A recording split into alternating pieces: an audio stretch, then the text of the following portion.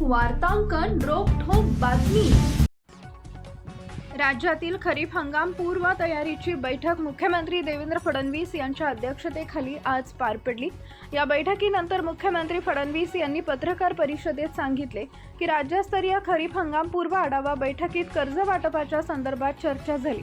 जास्तीत जास्त शेतकऱ्यांना कर्ज कसं मिळू शकेल या संदर्भात सर्व तजवीज करण्यात आली।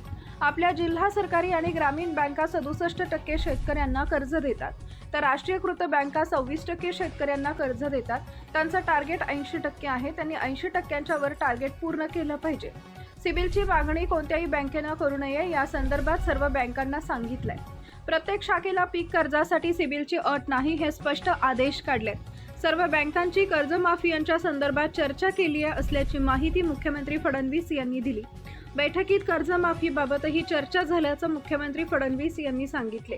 ते म्हणाले की कर्जमाफी करायची आहे त्याबाबत जुन्या खात्यावर जे तपशील आहेत आणि एकूण कर्जमाफीची माहिती कोणत्या फॉर्मॅटमध्ये माहिती द्यायची यावर चर्चा झाली। आम्ही कर्जमाफीच्या संदर्भात जो निर्णय घेतलाय तो वेळेत पूर्ण करू शकू त्याचं नियोजन केलंय।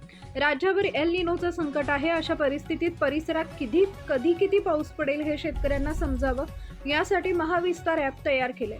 त्यामुळे शेतकऱ्यांना मदत होणार आहे। तसेच प्रमाणित असलेलं बियाणं मिळावं यासाठी साथी पोर्टल तयार केला असून तिथं रजिस्टर्ड असलेलं बियाणं घ्यावं, कारण यामुळे फसवणूक टाळली जाईल आणि शेतकऱ्यांना योग्य बियाणं मिळू शकेल अशी माहिती मुख्यमंत्र्यांनी दिली आहे। महाराष्ट्रातील महत्त्वाच्या आणि ताज्या बातम्या पाहण्यासाठी आमच्या जय हो न्यूज चॅनलला सबस्क्राईब करा आणि बेल आयकॉन प्रेस करा।